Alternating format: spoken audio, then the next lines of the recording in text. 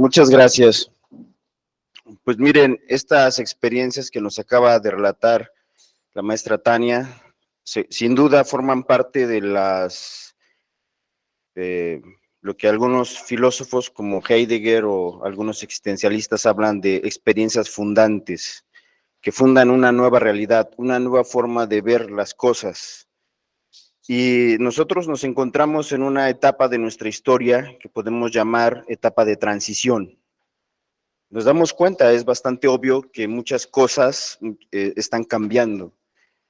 Estamos transitando de un modelo cultural hacia otro. El tema pandémico, las secuelas que estamos viviendo a nivel global, ya sea en el tema sanitario, económico, político, todo eso nos está ayudando a configurar una nueva manera de ver el mundo. La mayoría de los especialistas no tienen una conclusión todavía, cuál va a ser el resultado final. Nadie se atreve a decir, vamos a terminar así o vamos a terminar en este punto. La visión más optimista es que la humanidad cambie, ¿no? Que cambiemos, que nos humanicemos, que nos hagamos más empáticos, no solamente entre nosotros como personas, sino también respecto a todas las formas de vida en nuestro planeta, en el cuidado sustentable, ¿no? Que ahora hablamos mucho de estas cosas, pero bueno, una cosa es lo que pensamos o nos plantean los especialistas, los científicos, los grandes corporativos, los políticos, y otra cosa son los hechos en la realidad, lo práctico, ¿no? Lo real. Y lo real es que vivimos en un mundo en crisis y nadie se anima, nadie atina a dar las respuestas pertinentes. Una de las respuestas que nosotros podemos dar es algo como lo que nos ha relatado Tania, la experiencia de la humanización, de la empatía, de saber responder a las necesidades del otro que está frente a nosotros. Eso puede hacer que las cosas cambien de una forma más humanizante, más constructiva, que nos dé una visión más optimista de nuestra realidad como seres humanos en este mundo. Bueno, este tema es muy interesante. A mí me encantan todas estas cosas filosóficas y arcaicas, ¿no? Los mitos y esas cosas. A los alumnos de la maestría, a las alumnas, les espero, ¿no? Les meta yo la curiosidad por leer, investigar estos temas, igualmente ustedes. El objetivo de esto no es dar respuestas de esta charla, sino sobre todo meterles la espinita de la curiosidad. Espero lograrlo. ¿Qué es un arquetipo?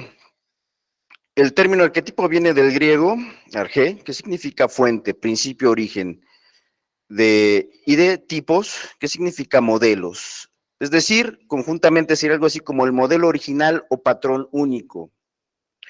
Aplicado al estudio de la personalidad, tiene que ver con los modelos culturales, lingüísticos, que configuran la identidad personal de cada individuo. Vean, ahí en la imagen que tenemos en la presentación, tenemos a los danzantes, ¿no? Vemos nuestros rasgos culturales en nuestro país, que no son cosas espontáneas que hayan aparecido en esta época, son cosas que se han ido construyendo a lo largo de historia, de siglos, ¿no? De evolución cultural y social, y nos dan nuestra identidad actual como mexicanos, ¿no?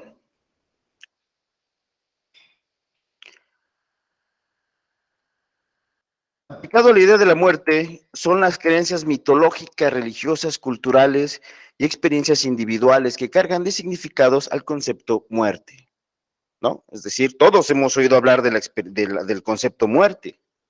Está el ámbito médico, científico, biológico, está el ámbito social, ¿no? Tenemos un montón de conceptos sociales, culturales en torno al tema de la muerte. Está el ámbito legal, por mencionar algunos, ¿no? Cada segmento de nuestro conocimiento tiene sus propios conceptos. Pero vean también esta imagen, ¿no? Seguramente ustedes al observarla identifican un montón de conceptos que se condensan tan solo en ver esa imagen, ¿no? La calavera, los papelitos picados, ¿no? Representa un montón de ideas, de conceptos que alimentan esa imagen, nos ayudan a comprenderla de una forma muy particular, que es distinta a cómo se entiende en otras partes del mundo, porque en el mundo hay otras culturas también. Para hablar de los arquetipos de la muerte debemos considerar que es una expresión compleja, pues implica no solo el hecho biológico, sino que conlleva matices sociales, legales y religiosos, entre otros. Vean, matices sociales, legales, religiosos, también el ámbito de la religión nos provee un montón de conceptos, y no solamente los cristianos católicos, entendiendo que en el mundo hay una diversidad muy amplia de religiones. En el intento de dar sentido al morir, se ha tratado de definir a la muerte, sobre todo como un hecho biológico. En nuestro mundo occidental, racionalista, pragmático, tratamos de dar conceptos que no dejen sesgos de dudas, ¿no? Y una forma quizás mitológica, ¿no? En el ámbito de las ciencias, pues es definir a la muerte como un hecho, sobre todo biológico. Se murió, cesaron sus signos vitales, su proceso homeostático se acabó, muerte cerebral, ya resolvimos el problema en el ámbito médico y biológico, científico, ¿no? Pero la experiencia emocional, el conjunto de creencias, las expectativas de trascendencia, nos hacen que esto sea todavía más complejo que solo una respuesta médica o biológica o científica. Se abordan también desde el ámbito social algunas de las concepciones culturales y los ritos que a través del tiempo han acompañado al morir. Ahora, por ejemplo, forma parte del rito de nuestra muerte contemporánea el hecho de conseguir el acta de defunción. No me digan que no. Es toda una peregrinación de oficinas, de pagos, ¿no? Es casi un ritual llegar al acta de defunción. Y eso es en el ámbito legal. Y sin embargo, no podemos morir, vean, no podemos morir legalmente hasta que un médico nos certifica que efectivamente han cesado nuestros procesos homeostáticos, que tenemos muerte cerebral, ¿sí? O en el ámbito legal, tienen que pasar por lo menos 6 meses de que una persona fue desaparecida, aunque no encuentren su cuerpo, y ya puede decir que está muerto, ¿no? Pero mientras no se cumple ese proceso legal, pues no se puede decir que la persona ha muerto. Y aparte tenemos las experiencias de duelo ambiguo, ¿no? Todas las personas que aún, a pesar de que han pasado los 6 meses, continúan con la expectativa de recuperar, de reencontrarse con su familiar desaparecido, ¿no? Y esto lo prolonga en el tiempo, incluso por años. La representación de la muerte y del más allá tiene siempre la relación con la vida, con las formas de vivir en cada época y con las creencias ligadas a ella. Vean, algo muy interesante, las formas de vivir en cada época, cómo nuestra forma de vida actual no se compara con otras formas de vida en épocas pasadas. Hemos cambiado, ha cambiado nuestra forma incluso de creer, ¿no? Nuestras creencias religiosas no son las mismas, no las sostenemos de la misma forma, ni siquiera como hace una década, o hace 20 años, o 30, o 40, o 50, o hace un siglo, o en la Edad Media. Es decir, cada época ha aportado una forma de relacionarse, de comprenderse a sí mismos como personas. Estas creencias buscan ser ordenadas a través de un sistema social representado por el sistema jurídico. Se aborda por ello brevemente la muerte también desde esa perspectiva, como lo hemos mencionado.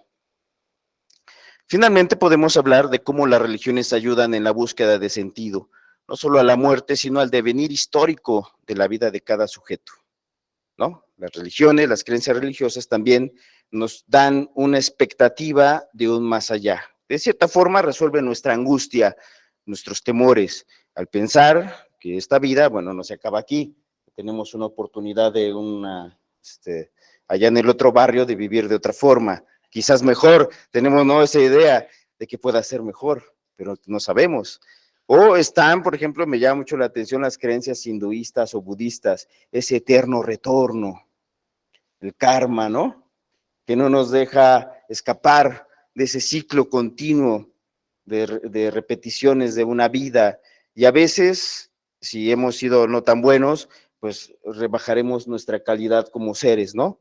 Entonces podríamos ser de personas a animalitos o insectos u otras cosas, quién sabe. Bueno.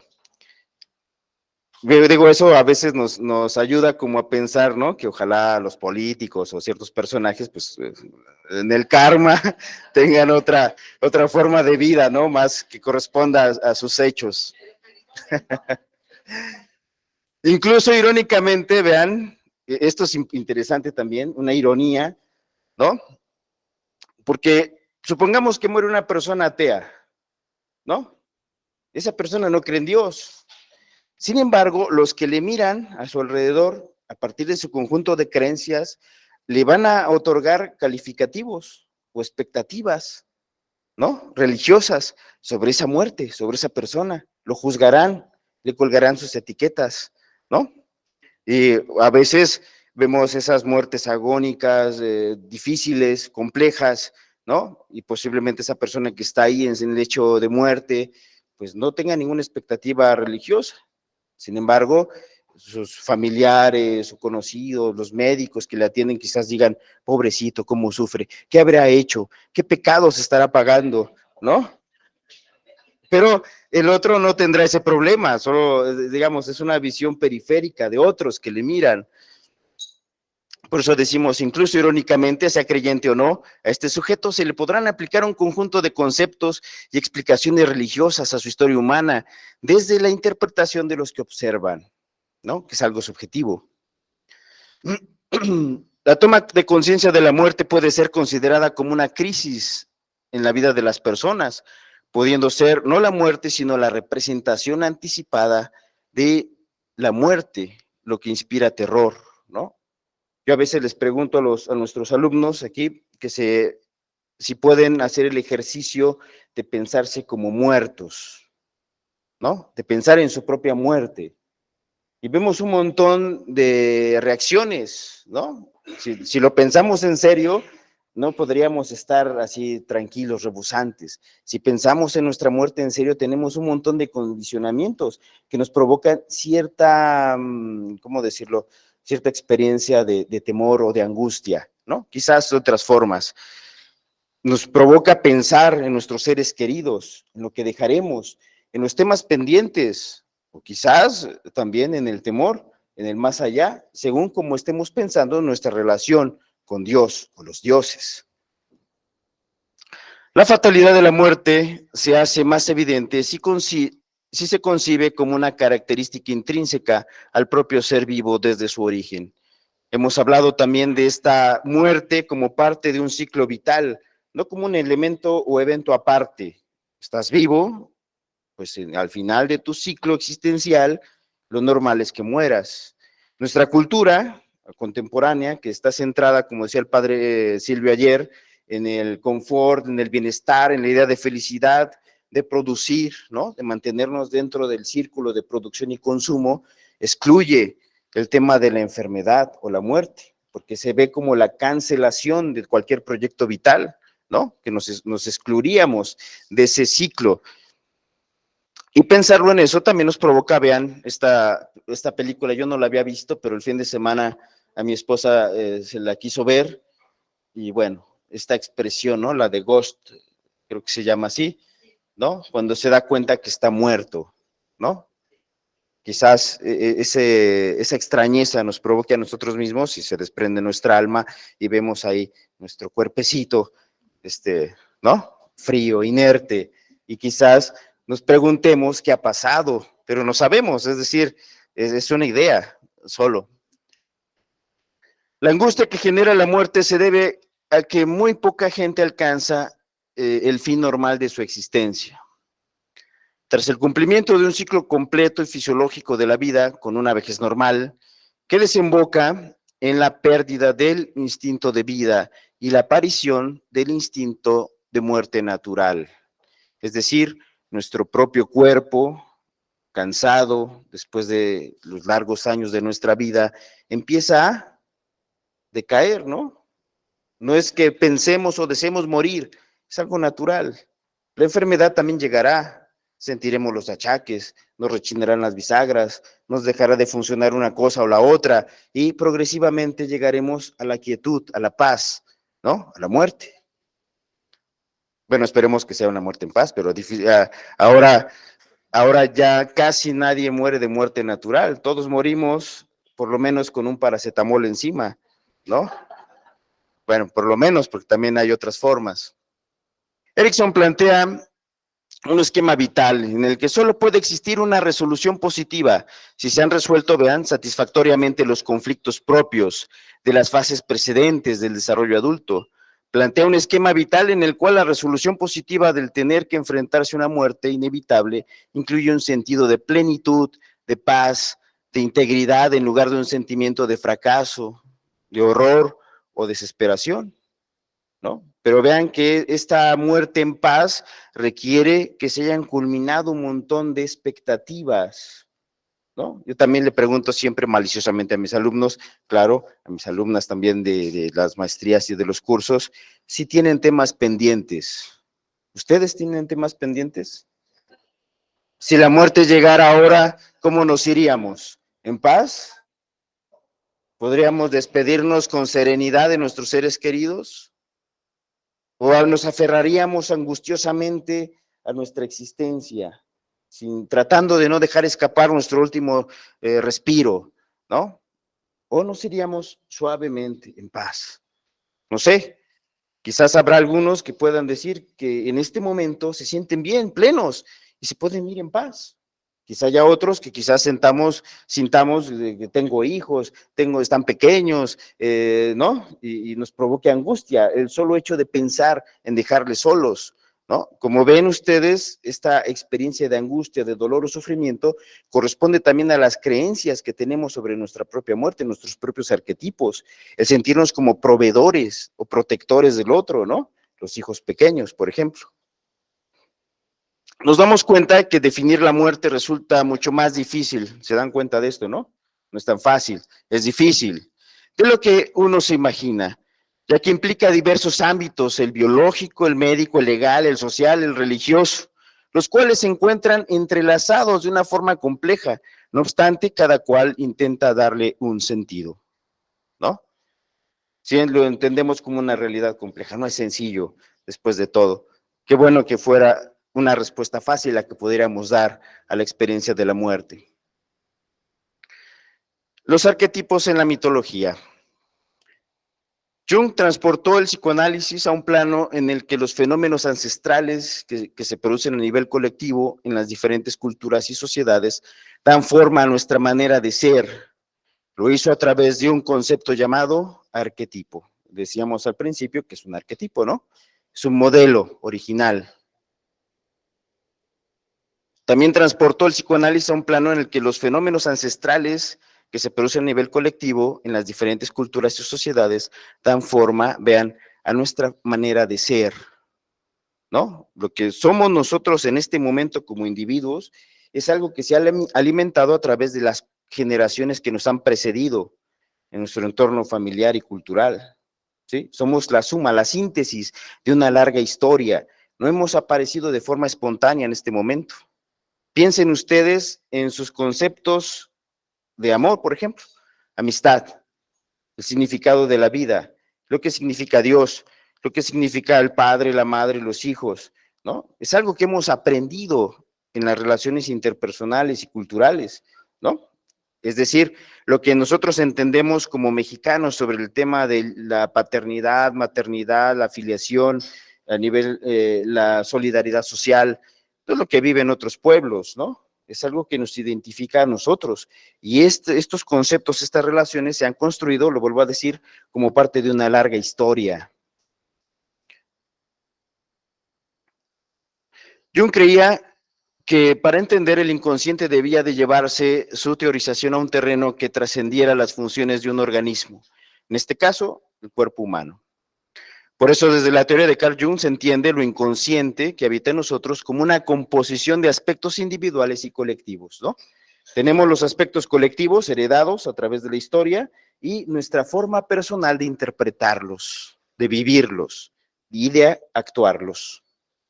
Esta parte secreta de nuestra mente tiene, por así decirlo, un componente heredado culturalmente, una matriz mental que da forma a nuestra manera de percibir e interpretar las experiencias que nos ocurren como individuos. A mí me gusta mucho, por ejemplo, poner como ejemplo, ¿no? Creo que me han escuchado muchas veces mis alumnos, cuando pensamos, por ejemplo, en la palabra amor, ¿no? ¿Qué significa amor? Amar.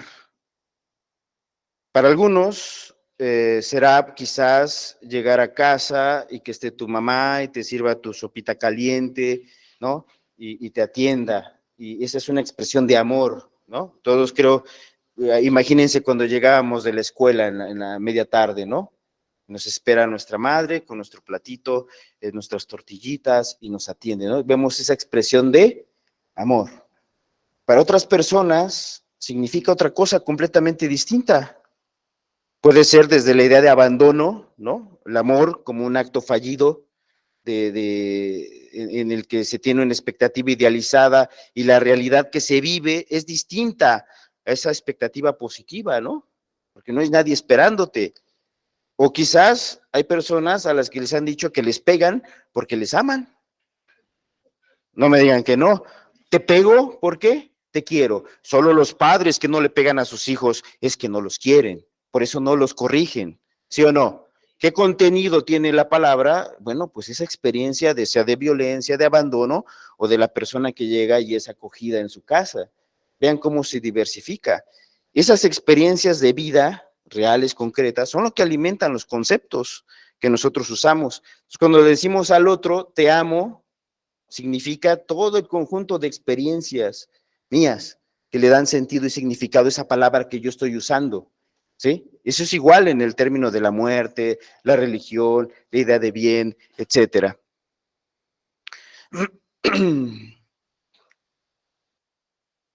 Vean, aquí pongo esta imagen, porque bueno, estamos hablando también del tema de la muerte y del duelo, ¿no? ¿Qué significa el morir en nuestro país? ¿Cuál es su contenido, no? No es algo médico o biológico, es algo más social o religioso, ¿no? Cultural. Los arquetipos son la forma que le es dada a algunas experiencias y recuerdos de nuestros primeros antepasados, según Jung.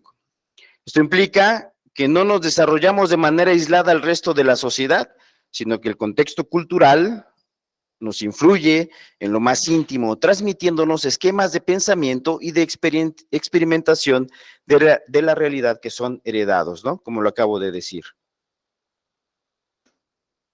Sin embargo, sin centrarnos la mirada en el individuo, si centramos, perdón, la mirada en el individuo, los arquetipos pasan a ser patrones emocionales, vean, patrones emocionales y de conducta que tallan nuestra manera de procesar sensaciones, imágenes y percepciones como un todo con sentido.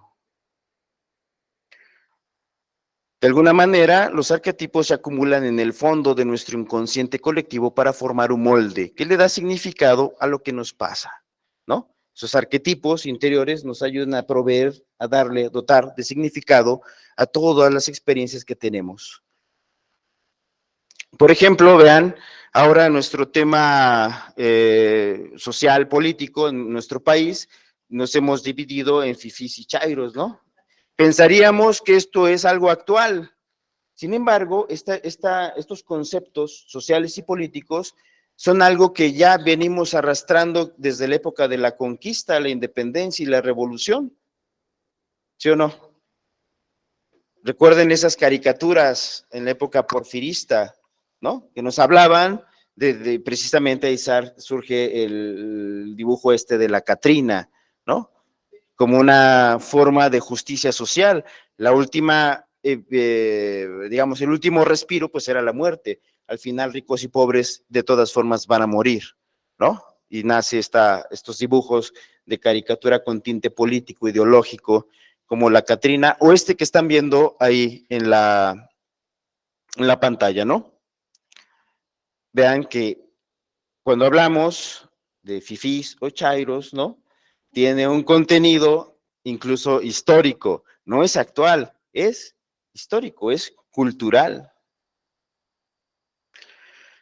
Los símbolos y mitos que parecen estar en todas las culturas conocidas son para Jung una señal de que todas las sociedades humanas en todas las sociedades humanas se piensa y actúa a partir de una base cognitiva y emocional que no depende de las experiencias propias de cada persona, ni de sus diferencias individuales que le vienen de nacimiento.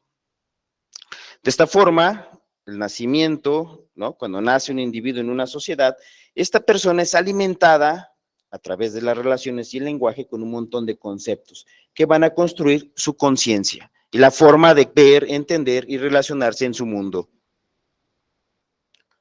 Vean también este otro dibujo, desde esa época revolucionaria. Parece una caricatura así nomás, ¿no? Sencilla. Pero vemos que tiene un montón de simbología, de representaciones.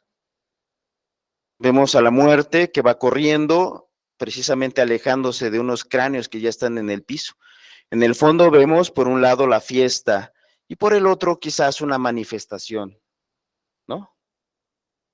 En nuestro pueblo se divide entre la fiesta y la protesta. En esta época, ¿no?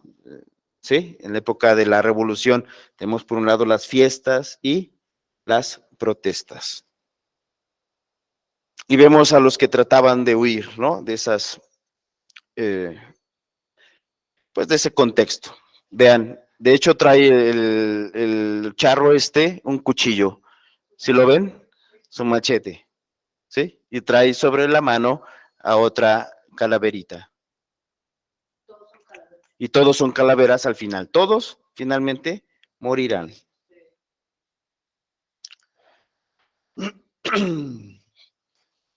Los arquetipos de Jung son de alguna forma patrones de imágenes y símbolos recurrentes que aparecen bajo diferentes formas en todas las culturas y que tienen una vertiente que se hereda de generación en generación, como lo hemos dicho. Vean, ahí está la Catrina, que les mencionaba hace rato, ¿no? ¿Qué dice ahí? Se lo cargó la flaca.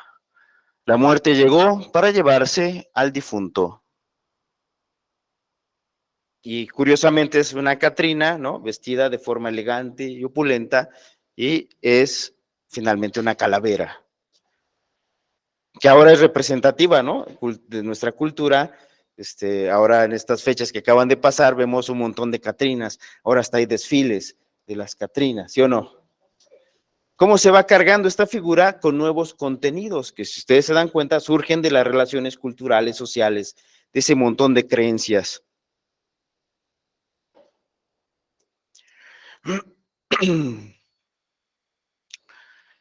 Estas imágenes son universales y pueden ser reconocidas tanto en manifestaciones culturales de distintas sociedades como en el habla. Vean, el habla, el lenguaje, el comportamiento de las personas y por supuesto también los sueños. ¿Cómo sueñan ustedes? Nuestros sueños es una construcción de un montón de símbolos. No es un sueño nada más así, ¿no? Son nuestros recuerdos diurnos, pero están simbolizados, contienen de forma sintética un montón de emociones y expectativas. A veces representan nuestras frustraciones, nuestros temores, o también nuestras expectativas, ¿no?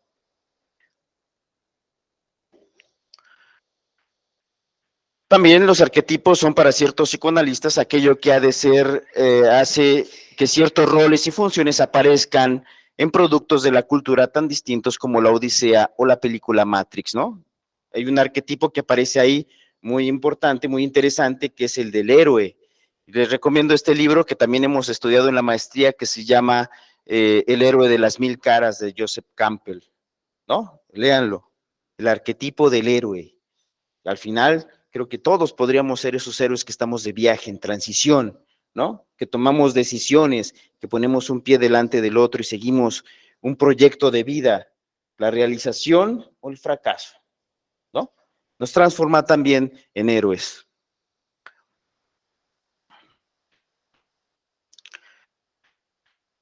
Hay ciertas formas de clasificar los distintos arquetipos. Por ejemplo, existen eventos arquetípicos como el nacimiento, la muerte. Decíamos eventos fundantes, ¿no? No solamente el nacimiento y la muerte, están las experiencias que fundan una forma de ver el mundo. Por ejemplo, el temblor de 1985 fue un evento de tal impacto, díganme o no, desmiéntanme, si no cambió la forma de vernos o de ver la naturaleza, ¿no? Todas nuestras pretensiones, ¿no? Derrumbadas en un minuto. Ahora, cada que tiembla, se actualiza todo ese montón de imágenes. Y tenemos una reacción emocional arquetípica, ¿sí o no? No es actual, ¿eh? Estos temblores que acaban de pasar, por ejemplo, son un buen ejemplo de esto que estamos mencionando. El temblor ahorita del 19 de septiembre nos remonta directamente al primero, ¿sí? Y tenemos una reacción física, emocional, de defensa, de angustia, ¿no? Habría que ver por qué tiembla el 19 de septiembre, ¿no? Ya se está haciendo costumbre, por cierto.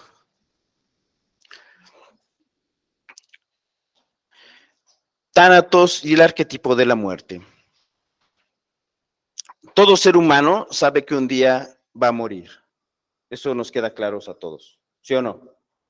¿Alguien duda que va a morir? No. Todos sabemos que un día inevitablemente moriremos. ¿En qué momento tomamos conciencia de esta realidad? No es el tema principal de este congreso, ¿no? La idea de morir. ¿En qué momento tomamos conciencia de esta realidad? Y este es el tema principal, perdón, de este congreso. Pero pronto descubrimos nuestra temporalidad, quizás en las clases, quizás en los sucesos de la vida cotidiana. Así la idea de la muerte nos acompaña desde la más tierna infancia, porque lo hemos visto morir a otros, las mascotas, nuestros seres queridos, y pronto lo vivimos como un acontecimiento temible, que nos asusta y nos da miedo. En todas las culturas conocidas vamos a encontrar esta dialéctica de la persona con referencia a la vida-muerte, formando parte de la mitología, de la filosofía y también de las prácticas espirituales. Como ahora vemos este 2 de noviembre, ¿no? Estos días rememoramos, actualizamos nuestra relación con nuestros difuntos, con sus recuerdos. Tánatos es el hijo de Erebo, es un dios griego primordial de la oscuridad y las sombras, ¿no? Por eso se transforma en algo temible. Es un dios de la oscuridad y las sombras. Este llena todos los rincones y agujeros del mundo con su presencia, porque si nos damos cuenta, en todos lados hay rincones oscuros, ¿no? Y un elemento al que le tenemos miedo desde la infancia, díganme si no, es la oscuridad, ¿no? A la sensación de estar solos en un espacio oscuro.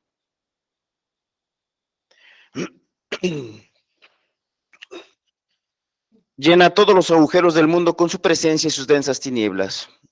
Envuelve los confines del mundo y de Nicte, la diosa de la noche.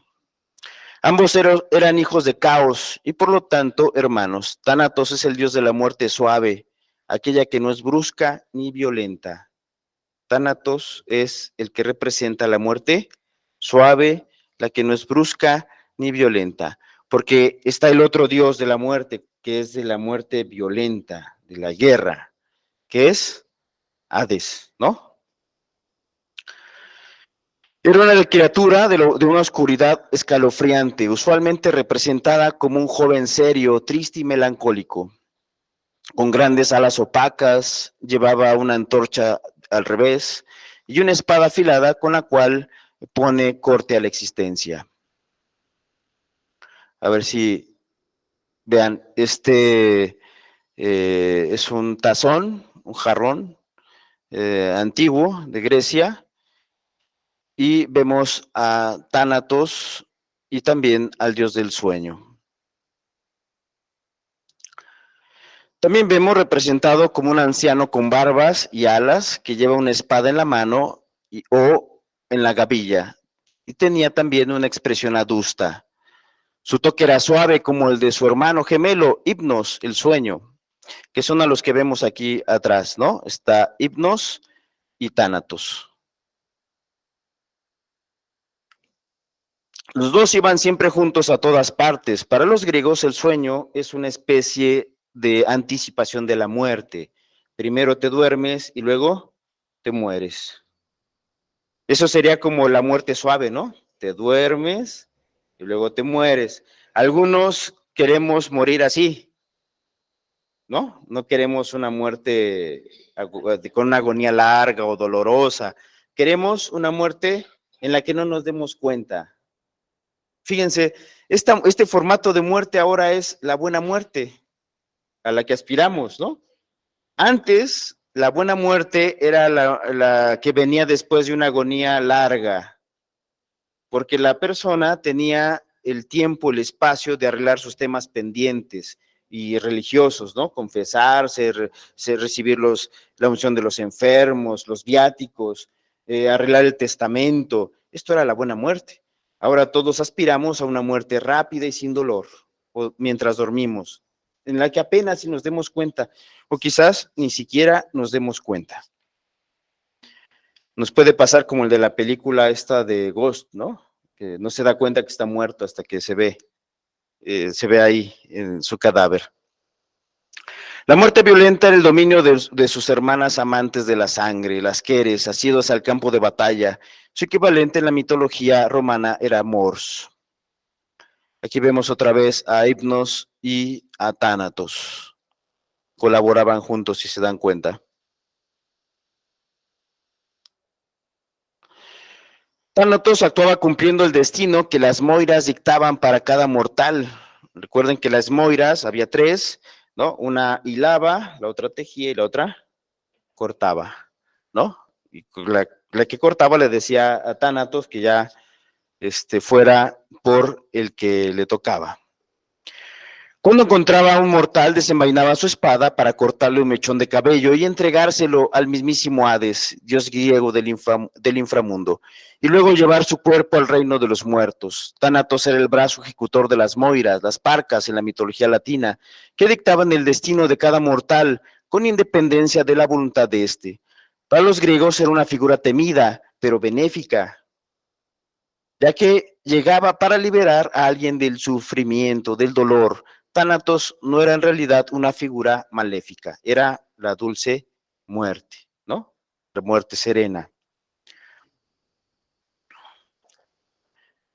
Y bueno, vamos a ver este mito de Tánatos ya para ir terminando. Cuenta que este dios, de quien no se burlaba nadie, finalmente sí fue burlado. Recuerden, ayer Yolanda Zamora nos hablaba también de este mito, ¿no? Se dice que el rey Admeto recibió como huésped a Apolo y más adelante a Hércules. A los dos los atendió maravillosamente, por lo que ambos quedaron muy agradecidos. Como premio de su amabilidad, Apolo acordó con las moiras que este rey podría evitar la muerte si alguien se ofrecía a morir en su lugar. Cuando llegó el momento, Tánatos vino por el rey Admeto y éste les pidió a sus ancianos padres que se cambiaran por él, pero ellos no quisieron. ¿Quién quiere morir por el otro, no? Finalmente su esposa, Alcestis, accedió a morir en su lugar. Sin embargo, Admeto no quiso que esto sucediera porque amaba mucho a su esposa, así que pidió la ayuda de Hércules, quien atrapó a Tánatos y le impidió que se llevase al Alcestis. Después de este episodio, Tánatos pidió que la guardaran, que se le guardara el debido respeto y que ya nunca se hicieran acuerdos para pasar por encima de su poder, ¿no? Porque vimos cómo este rey evitó la muerte y al mismo tiempo evita la muerte de su esposa, es decir, no cumple el trato y se vio burlado el Tánatos, ¿no? La historia más curiosa en la que interviene Tánatos es en la que es encadenado por Sísifo. Sísifo era el más astuto y el menos escrupuloso de los mortales, era el engañador, ¿no? También es el padre de Odiseo, dicen algunos, porque era amante de su madre. Bueno, y vemos esta habilidad del engaño precisamente en la Odisea para destruir Troya. Recuerden que el que hace toda la trama para meter a los soldados en el caballo es precisamente Odiseo, ¿no? Un gran engañador. Y así vemos a su padre. Era capaz de los más enrevesados engaños para conseguir sus propósitos. Se dice que al ser amante de Aticlea, él sería el verdadero padre de Ulises o de Odiseo. Cuando Zeus raptó a Gina, la hija del río Asopo, Sísifo fue testigo casual de los hechos.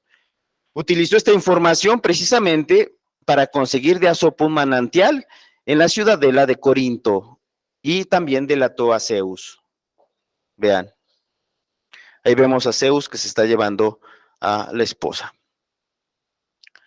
Este enfureció y mandó a Tánatos para acabar con la vida del mortal, pero el hábil Sísifo consiguió atrapar y encadenar al genio alado de la muerte, y por un tiempo ningún hombre murió. Finalmente Ares liberó a Tánatos, que volvió a realizar su trabajo, empezando por el propio Sísifo. Pero vean, una vez más, el buen Sísifo se les escapa. Era bien hábil. Era capaz aún de más artimañas para librarse de la muerte. Antes de morir, ordenó en secreto a su esposa que no le tributara honras fúnebres. ¿Sí? Y una vez en los infiernos, va con Hades y se queja y acusa a su esposa de ser impía y le pide que lo deje escapar del infierno para ir a castigar a su esposa. Y Hades, que estaba bien enojado porque pues, no le estaban celebrando culto, pues le dice que sí. Entonces, otra vez el Sísifo se les escapa. Vean. Hades se lo permitió, y Sísifo, que no tenía la intención de volver a los infiernos, quien quiere volver a los infiernos, vivió en la tierra feliz hasta época muy avanzada. Cuando por fin murió, Hades le impuso la tarea para evitar una nueva evasión. Su martirio consiste entonces en empujar cuesta arriba un gran peñasco, que una vez en la cumbre volvía a caer por su propio peso. Y el trabajo de Sísifo se prolonga así eternamente, ¿no? Entonces, como un buen castigo, digo, para no andar engañando a los dioses, tiene que subir una piedra, rodarla hasta la cima de una montaña, y luego la piedra se cae, y tiene que comenzar esa tarea. Si ustedes se dan cuenta, es algo interesante este esquema, ¿no? La vida humana a veces se puede transformar en una tarea. Piensen ustedes, ¿cómo viven su vida?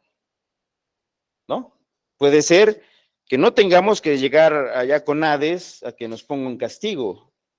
Quizás el castigo no lo hemos impuesto nosotros mismos, si nuestra vida se ve como una tarea. Y todos los días tenemos que comenzar de nuevo la tarea. Y se vuelve en una repetición sin sentido, ¿no? El trabajo, la rutina. ¿Cuántas personas van con la cara larga por el mundo porque tienen que soportar su tarea cotidiana, sin ninguna expectativa de trascendencia, solo con cumplir con sus roles, ¿no? Sin ningún aporte, sin crecimiento, solo repetir una y otra vez la misma tarea. Y así tenemos a Sísifo, que vive en el infierno, bueno, pero también hay muchos infiernos particulares, ¿no? En el mundo. En nuestra tradición cultural occidental, hija de la mitología griega, es un arquetipo que representa nuestro miedo a morir, el Tánatos. También personificado en el siglo XV como una figura esquelética, un ser cadavérico, siniestro, con su guadaña que lleva una capa y una capucha, ¿no? Lo vemos ahora, muchas representaciones ahora culturales en nuestro país, aparece esta imagen como con esa idea de la Santa Muerte, ¿no? Que como una nueva religión que está emergiendo en ciertos grupos sociales. En español, además del nombre propio de la muerte, es común emplear el término de parca, proveniente de la mitología romana. También se le da el nombre de ángel de la muerte o un montón de cosas, de conceptos, la parca, la flaca, la huesuda, etcétera. En muchos idiomas, como las lenguas eslavas y romanas, incluye el español, la muerte es personificada en forma femenina, mientras que en otros, como el inglés, se percibe como un personaje neutro. Tánatos es la pulsión de muerte que se opone al eros, la pulsión de vida. Tenemos también, Nietzsche hace un diálogo entre lo dionisiaco y lo apolonio, ¿no?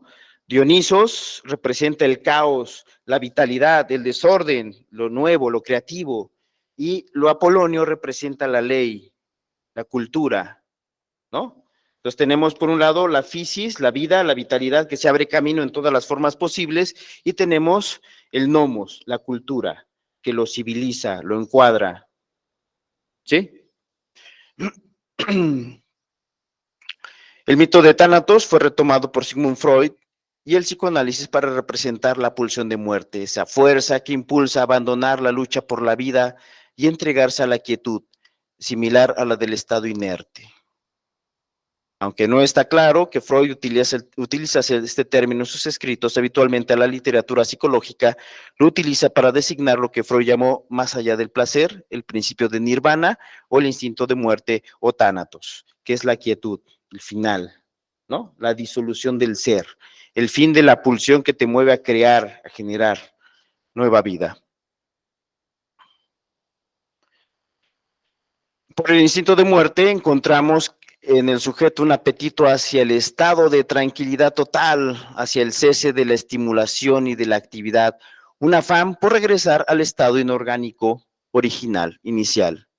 Este instinto es irreductible a otros instintos positivos, formando junto con el instinto de vida o eros, las disposiciones básicas de todo ser vivo y por supuesto también del hombre, ¿no? Nosotros digamos que nuestra vida normal, cotidiana, está marcada por el eros, la pulsión de vida, que no es solamente el tema erótico, sexual o reproductivo, es todo, lo vital, ¿no? La creatividad, el arte, la música, la alegría, la convivencia social, todo eso es el eros. El tánatos sería como el aislamiento, la quietud, la disolución, ¿no? La paz, la cancelación, el off, se apagó. El masoquismo, el sadismo y todo afán por la destrucción es expresión patológica del instinto de muerte. Vean, masoquismo, el sadismo, todo afán por la destrucción representa este instinto de muerte. Si nosotros analizamos nuestra cultura contemporánea, nos damos cuenta cómo esta pulsión de muerte se va apoderando de todos los espacios, ¿no? ¿Y cómo lo podemos ver? Bueno, vivimos en una situación social de violencia, ¿no? Vemos la representación física cruenta de qué? Pues del sadismo, ¿no? De la destrucción del otro. Vemos las guerras en nuestro mundo. Ahora hablamos mucho de la guerra en Ucrania. ¿Qué representa ese fenómeno global? Vemos las enfermedades, hablamos hace rato de la pandemia, ¿no? Que es algo natural, pero que nos lleva hacia la muerte, hacia la destrucción del ser, hacia el cese de toda actividad. Pero también, y esto siempre me ha interesado mucho, como un fenómeno social, ¿no? La violencia que actúa el hombre contra sí mismo o contra su mundo, como el espacio vital donde nos realizamos. ¿Sí? Vean cómo muchas de nuestras actividades atentan contra el mundo y ponen en riesgo la continuidad de la existencia humana.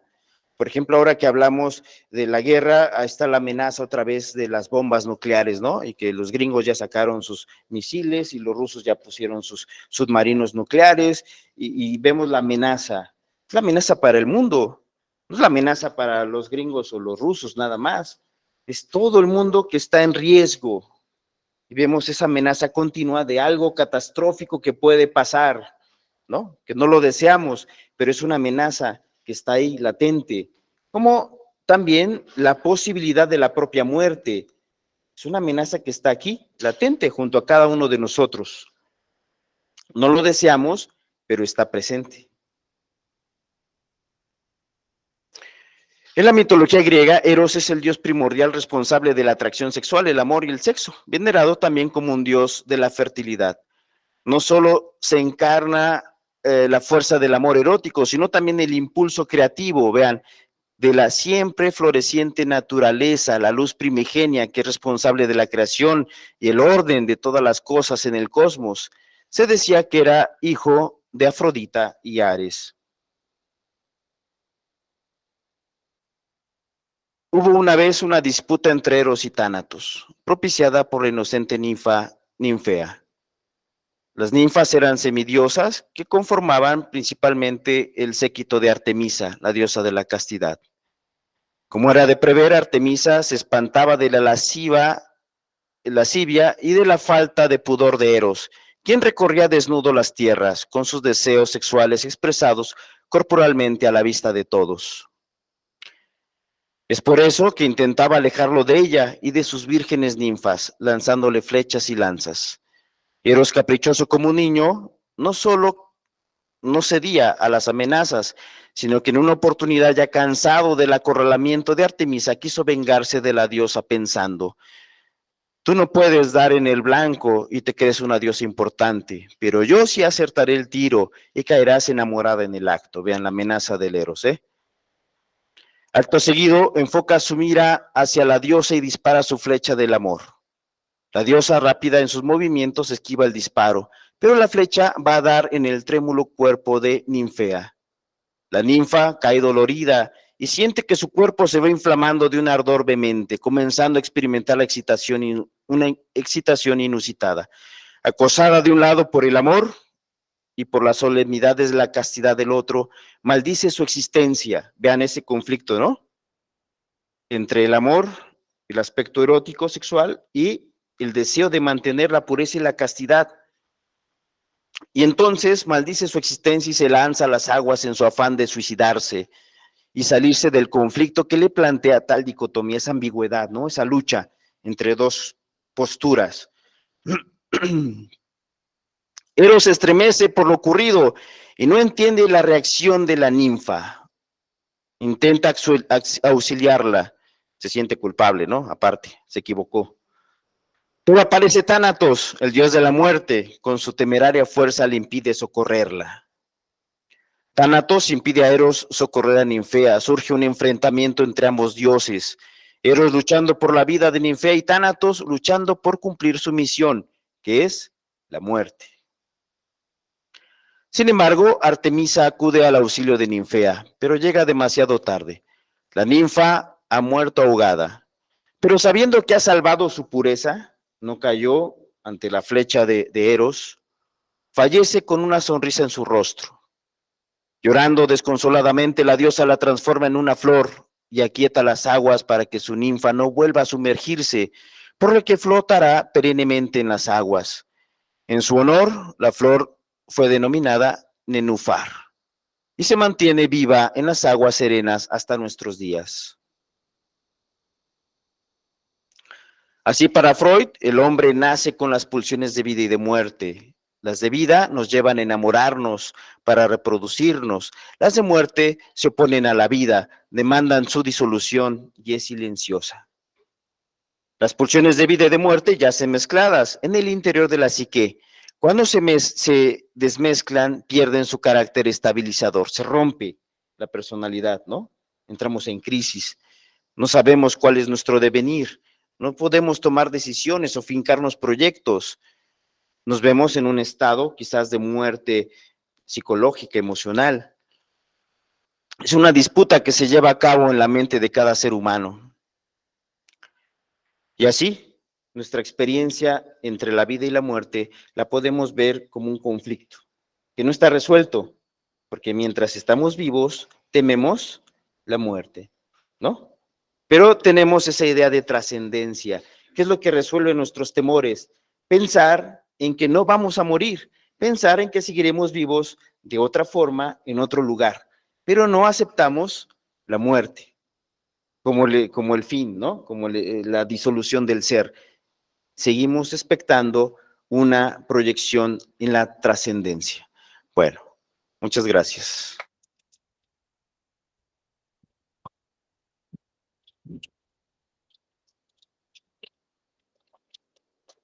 Muchísimas gracias. ¿Alguien tiene alguna pregunta, algún comentario aquí en presencial? Venga, Sara. Me llamó mucho la atención el arrobo que trajo Eros para seducir a esta chica ninfa, hija espiritual de Artemisa. Y en esta psicología de psicoanálisis de Freud, y llevándolo en esta analogía al machismo mexicano. Digo, culturalmente, ¿no? O sea, ese machismo mexicano de, pues es mía porque es mía. Y cómo la quiso atrapar, ¿no? Con esa lanza. Y esta chica en su creencia vehemente o sea, de lo que su castidad y sentir esa biología de su cuerpo, lo que era el despertar de la sexualidad, pero al fin de cuentas se valió su creencia, ¿no? Se aferró, murió ahogada salvando su castidad, pero me llevan machismo, no sé, Freud o Carl Gustav en sus arquetipos, si hablaban del machismo. Pues sí, hablan del machismo como ese instinto, pulsión, ¿no? De conservación de la especie, más que de otra cosa, ¿no? Como especie humana tenemos que reproducirnos para tener continuidad en el tiempo, ¿no? Entonces, una pulsión básica, pues es precisamente el deseo de la reproducción. Pero nosotros ahora en nuestra cultura ya lo hemos como sacado de solo la naturaleza de la pulsión de la reproducción. Para nosotros ya tiene otras connotaciones más ligadas a la idea o el deseo de tener un placer, ¿no? No necesariamente el tema de la reproducción, como un condicionante, ¿no? ¿De acuerdo?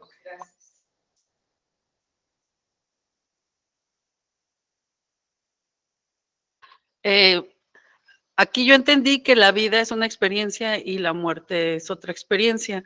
O sea, la muerte es viene a concluir la vida, una resolución de la vida. Entonces yo he escuchado mucho de experiencias de muerte.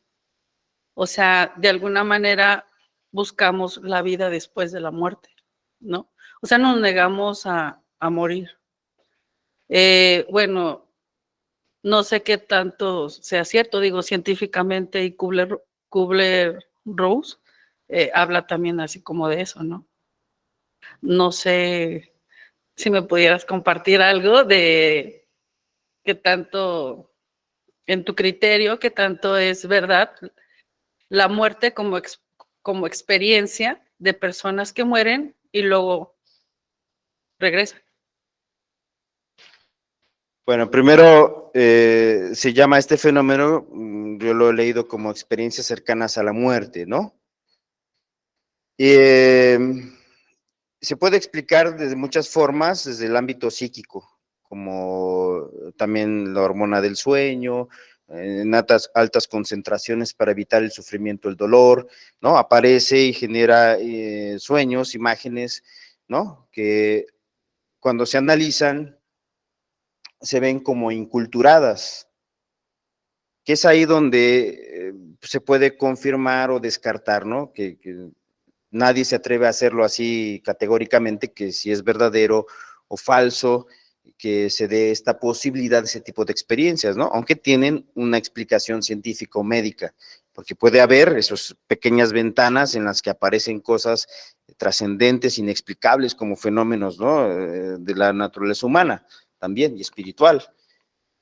Pero este rasgo que yo te he mencionado de la inculturación es lo que lo hace crítico, ¿no? Es decir, en el mundo cristiano habrá personas que cuando tienen la experiencia cercana a la muerte vean el paraíso, a Jesús o los familiares que lo reciben, pero si tú lo comparas con otras experiencias en la cultura hindú, por ejemplo, ven a Brahma, que arroja sus cabellos y que van subiendo por los cabellos de Brahma hacia el cielo, o que aparece un elefante blanco donde se sube, ¿no? Entonces, no es la única experiencia que tienen todas las personas, sino vemos una diversidad de experiencias inculturadas, ¿sí? Y al ser así, pues lo vemos más bien como un producto de los sueños, un fenómeno onírico en el proceso del morir, ¿de acuerdo? Sin que esto descarte, digamos, la realidad de los fenómenos inexplicables, que también están, ¿de acuerdo? Bueno, no sé si alguien tiene otra pregunta.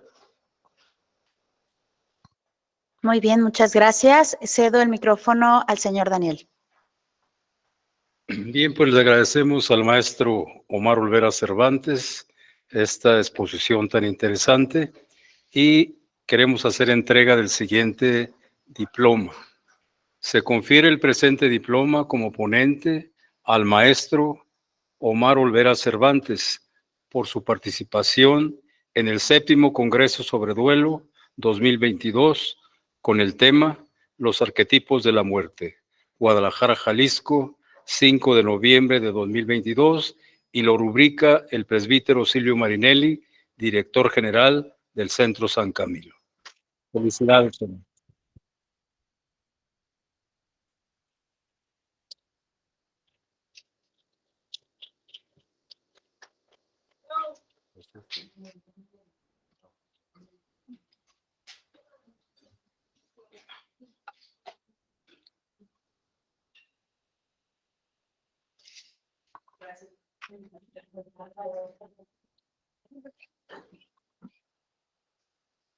La soledad es una parte esencial de la vida de una persona que puede presentarse durante cualquier periodo. Las personas pueden sufrir episodios cortos de soledad. Sin embargo, clínicamente se considera que si se extiende por una mayor cantidad de tiempo, la soledad sería crónica. Por ello, es muy importante poner atención a los signos y síntomas. Los mismos pueden afectar de distinta manera a cada persona. Bien, vamos a hacer un pequeño break de unos 5 minutos. Gracias. 10 minutos. 10 minutos. Gracias.